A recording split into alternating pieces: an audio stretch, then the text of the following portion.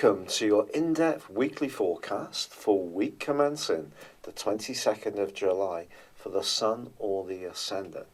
If you've yet to do so, I'd be very grateful if you subscribe to my channel.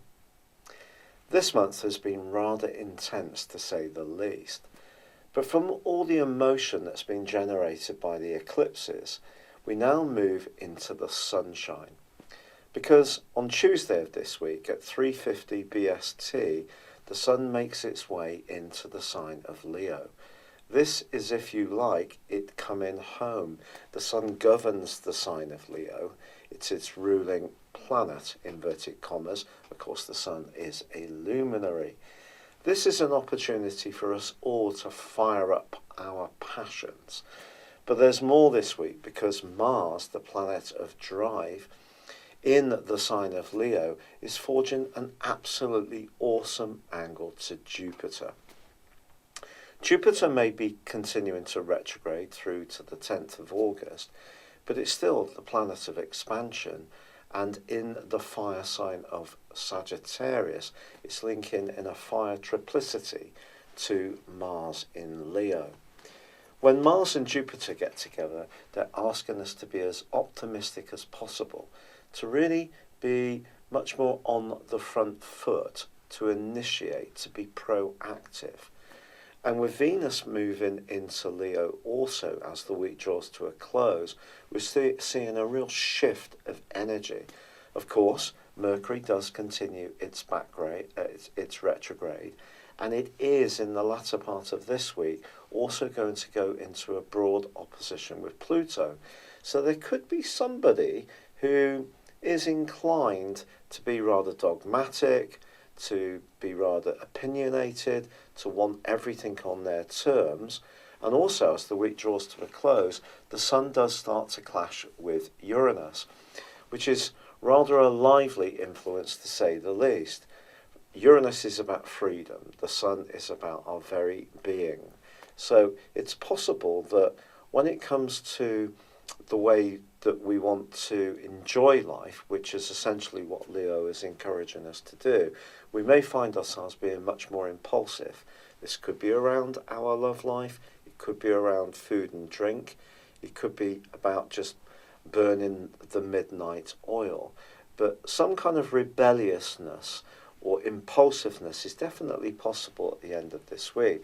But to be honest, with so much fire coming into play, I think we're all just going to be jolly happy that there's going to be more energy, there's going to be a higher vibration, a sense that we can initiate the things that we feel passionate about. There's going to be more creativity, a bit more risk-taking and fun, and just being much more caught up in the moment rather than bogged down in politics, introversion, or perhaps battling the way that certain situations have been going backwards and forwards and perhaps being stagnant in some way. I think there's a sense that things are really starting to waken up and seem a lot more exciting and enterprising indeed. For your specific forecast, Cancer, this week is a week of opportunity. It's a week when you can translate the investment of time and energy and faith that you've been putting into your own individual skill set since the solar eclipse of the 2nd of July and shaping it into something much more tangible. This could be just feeling better about who you are, but it can also be about finance. Now, I don't say this lightly because money isn't easy for everybody, but Venus, the planet of love, is also the planet of money. It's known as the lesser benefic. The greater benefic is, of course, Jupiter, the planet of growth. And at the end of this week, Venus is going to move into Leo. She absolutely sparkles in Leo. She's very charismatic. And for the following 28 days, there's almost a certainty that your cash flow can revive. But there's more than that this week. Because, of course, the Sun returns to its home. The ruler of Leo on Tuesday comes back into the sign of Leo. and that too is your second solar house. So Venus and the Sun are still pretty broadly cooperating, but they've shifted out of your sign, where they've been of great help to you, and now into your sector of foundations. It's an earthier location, even though Leo itself is a fire sign, but already in weight you have Mars. Now Mars has been giving you a greater appreciation of the good things in life already, but this week is forging an amazing link with Jupiter.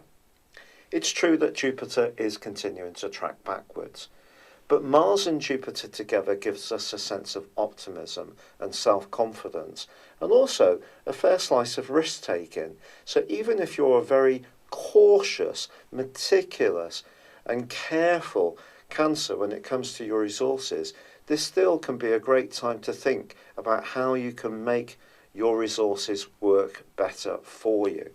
If you're someone who is much more entrepreneurial, it's a great time to start a new business. And you may be thinking, hold on, Patrick, but isn't Mercury going backwards in my sign? Well, yes, it is. And of course, that can create some delays and frustrations. But also, it may just be clarifying for you that some of the plans that you had may have been a bit stop-start, but this week can give you a sense of focusing on the things that will give you a tangible return. So you're going to be less concerned with more ephemeral possibilities and more practical rewards.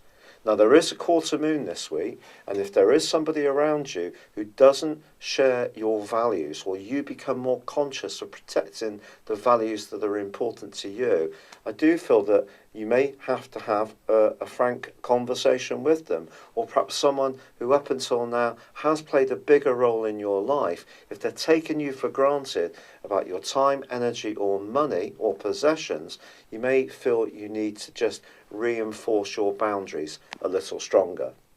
It's been a real pleasure being with you.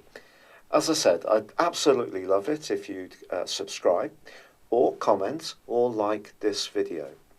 If you'd like to know more about how astrology affects you as an individual based on your time, date and place of birth, please see the link beneath this video and visit my personal horoscope store, which has some incredibly interesting products that can help guide you more clearly in the future. But for now, good luck and goodbye.